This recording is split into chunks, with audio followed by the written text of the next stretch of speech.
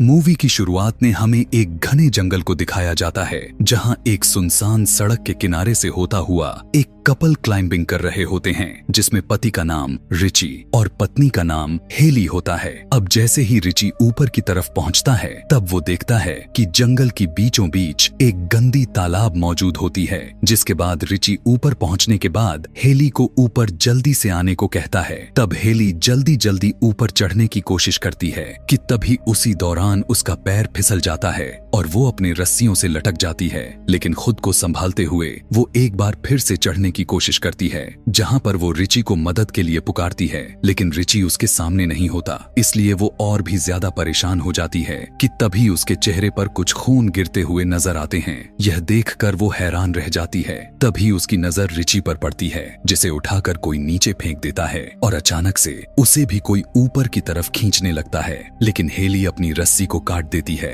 और खुद को संभाल लेती है, लेकिन उसका बैलेंस बिगड़ जाता है और वो वहां से नीचे गिर जाती है कि तभी उसकी नजर रिची की लाश पर पड़ जाती है और वो दुख में काफी ज्यादा रोने लगती है कि तभी उसे जंगल से अजीब सी आवाज सुनाई देती है, जिसे सुनकर हेली काफी ज्यादा डर जाती है और अपनी जान बचाने के लिए वो अपनी गाड़ी की तरफ भागती है, लेकिन तभी अचानक से उसका पैर किसी चीज में फंसता है और वो गिर जाती है, जिसके बाद कोई उसे अपने साथ घसीटता हुआ लेकर जाता है। जिसके बाद हम न्यूज में देखते हैं जो इस इलाके में बहुत सी गाड़ियां एक के बाद एक करके गायब हो रहे थे, जिसके कुछ दिन ही बाद उसी जंगल से एक कैरिस नाम के आदमी को गुजरता हुआ देखते हैं, जो अपने इंटरव्यू के लिए किसी दूसरी शहर जा रहा था। आगे जाने के बाद उसे एक ट्रैफिक नजर आती है और वो उसी ट्रैफिक जाम में फंस जाता है। अब यहाँ पर उसे बहुत जल्दी थी और उसे काफी लेट होता हुआ महसूस होता है, जिसके बाद वो अपनी गाड़ी से उतर जाता है और अपने आगे वाले गाड़ी के पास जाता है, जहाँ वो उस ड्राइवर से ट्रैफिक जाम होने की वजह पूछता है।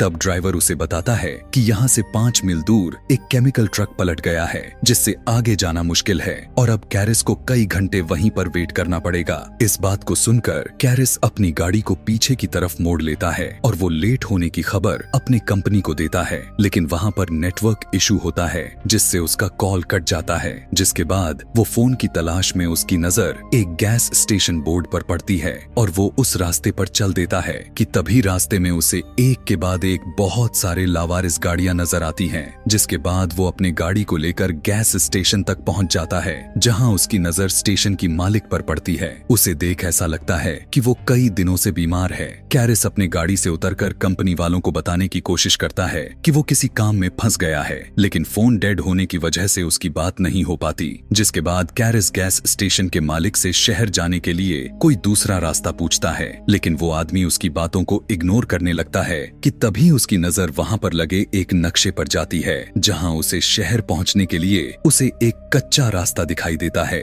और वो गैस स्टेशन के मालिक से उस रास्ते के बारे में पूछता है, जिसे सुनकर वो उस रास्ते की तरफ जाने की सलाह दे देता है। जिसके बाद कैरिस अपनी गाड़ी को लेकर उस रास्ते की तरफ चल देता है। कुछ दूर आगे जाने के बाद उसे एक शॉर्टकट रास्ता भी नजर आती है। उसे देखकर कैरिस काफी सोचता है और वो अपनी गाड़ी को उस कच्चे रास्ते की तरफ लेकर जाने लगता है। आगे जाने के बाद उसे रोड पर एक हिरण मरा हुआ दिखाई देता है, जिसे कैरिस देखने लगता है और उस हिरण के देखने की चक्कर में उसकी गाड़ी एक दूसरे गाड़ी से टकरा जाती है, लेकिन इतनी भयानक एक्सीडेंट होने के बावजूद कैरिस इस हादसे में बच जाता है। अब गाड़ी की मालिक कैरिस की तरफ आते हैं और उस पर गुस्सा करने लगते हैं, लेकिन कैरिस खुद को संभालता है और इनसे माफी मांगने लगता है और दूसरे वाले की जितनी नुकसान हुआ होता है उसकी भरपाई करने के लिए मान जाता है। और साथ ही वो इनसे बीच सड़क में गाड़ी खड़ा करने की वजह पूछता है, जहां पर फ्रेंसिन उसे बताती है कि सड़क के बीचों बीच किसी ने कंटीली हुई तार को बिछा रखी थी, जिसकी वजह से इनकी गाड़ी का पिछला टायर फट चुकी है। अब इनकी दूसरी दोस्त पिछले स्टेशन पर जाकर कॉल करने को कहती है,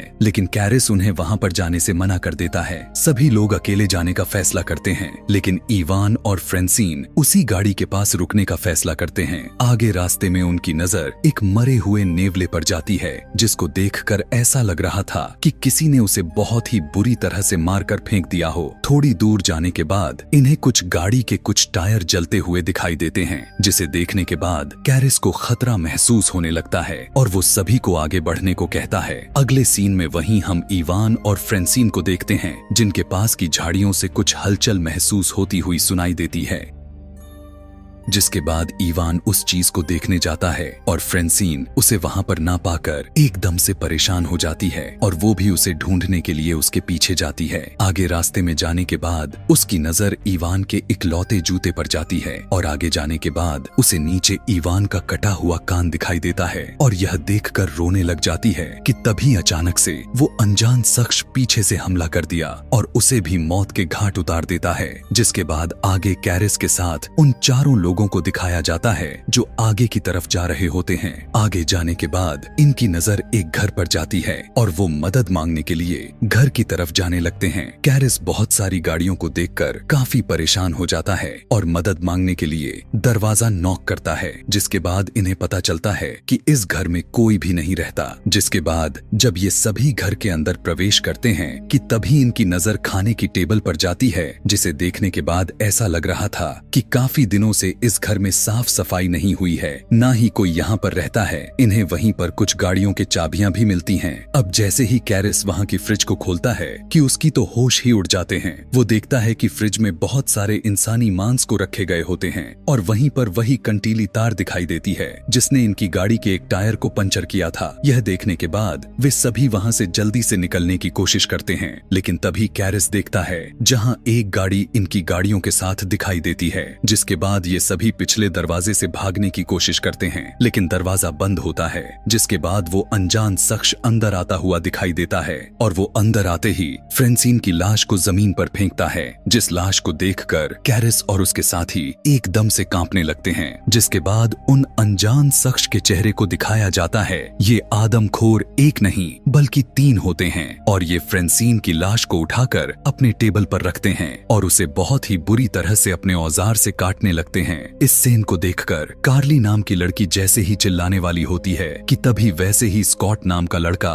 उसके मुंह को अपने हाथों से पकड़ लेता है। जिसके बाद वो आदमखोर फ्रेंसीन के लाश को खाकर सो जाते हैं। अब इस मौके का फायदा उठाकर सभी वहां से भागने की कोशिश करते हैं कि तभी एक आदमखोर की नजर इन पर पड़ जाती है, जिसे देखकर सभी वहां से भागने लगते हैं और वो आदमखोर इन्हें ढूंढने लगते हैं। जिसके बाद कैरिस इनकी गाड़ियां चुराने का प्लान करने लगता है और चिल्लाकर उनका ध्यान अपनी तरफ करने लगता है। लेकिन तभी अचानक से एक आदमखोर कैरिस के पैर पर गोली मार देता है, जिससे वो जख्मी हो जाता है। जिसके बाद स्कॉट को जंगल में भागते हुए दिखाया जाता है और आदमखोर उसकी तरफ जाने लगते हैं। जिसके बाद स्कॉट के सीने से एक तीर आर पार हो जाता है और यहाँ पर ये तीनों उन आदमखोर के गाड़ी की लेकर वहाँ से अपनी जान बचाकर भागने लगते हैं। कुछ दूर जाने के बाद इनकी ट्रक एक कीचड़ में फंस जाता है और ये सभी लोग ट्रक वहीं पर छोड़कर वहाँ से आगे की तरफ निकल जाते हैं और तीनों अपनी जान को बचाते हुए जंगल से होता हुआ सड़क की तरफ निकलने लगते हैं और वो आदमखोर अपने शिकार पर निकल जाते हैं। शाम हो जाती है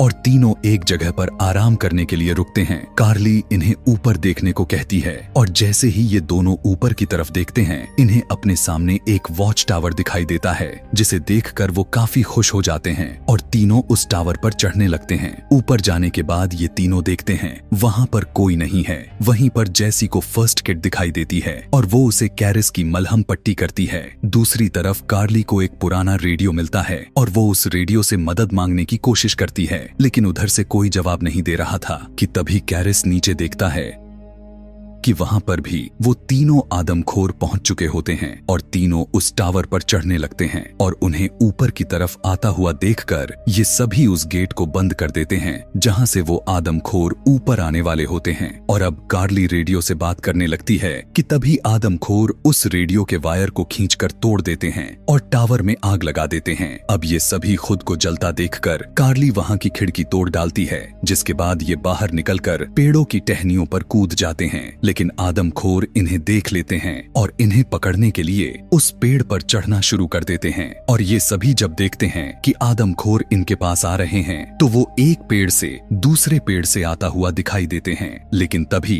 एक आदमखोर कार्ली के पास आ जाता है और मौका पाकर अपने कुल्हाड़ी से उसके चेहरे पर वार कर देता है। जिसके बाद सुबह हो जाती है कि तभी कैरिस को एक पुलिस की गाड़ी की आवाज सुनाई देती है और वो भागते हुए इस गाड़ी को रोकता है। अब जैसे ही पुलिस पुलिस वाला गाड़ी से बाहर निकलता है कि तभी एक तीर उसके आंखों के आर पार हो जाता है, जिसके बाद वो आदमखोर कैरिस के पास जाता है। लेकिन कैरिस उस वैन के नीचे चला जाता है और जैसे ही आदमखोर कैरिस को देखने के लिए नीचे झुकता है, लेकिन वहां पर कैरिस नहीं होता, जिसके कुछ देर के बाद उसी घर को दिखाया जाता है जहां पर आदमखोरों ने जैसी को काफी बुरी तरीके से बांधा हुआ था। अब जैसे ही आदमखोर जैसी को मारने जाता है कि तभी उसे गाड़ी आती हुई सुनाई देती है, तो वो देखने के लिए जाता है कि तभी कैरिस गाड़ी को उस घर में घुसा देता है और उस आदमखोर को कुचल देता है और गाड़ी से उतरकर लास्ट वाले आदमखोर को एक खंजर से हमला करके उसे काफी बुरी तरह से जख्मी कर देता है और कैरिस जैसी को बचाने की कोशिश करने लग जाता है कि तभी वो आदमखोर कैरिस पर फिर से हमला कर देता है और उसे मारने लगता है। अब कैरिस को मरता देखकर जैसी एक तीर कमान की मदद से उस आदमखोर को मार डालती है और अब वो दोनों घर से बाहर निकलते हैं।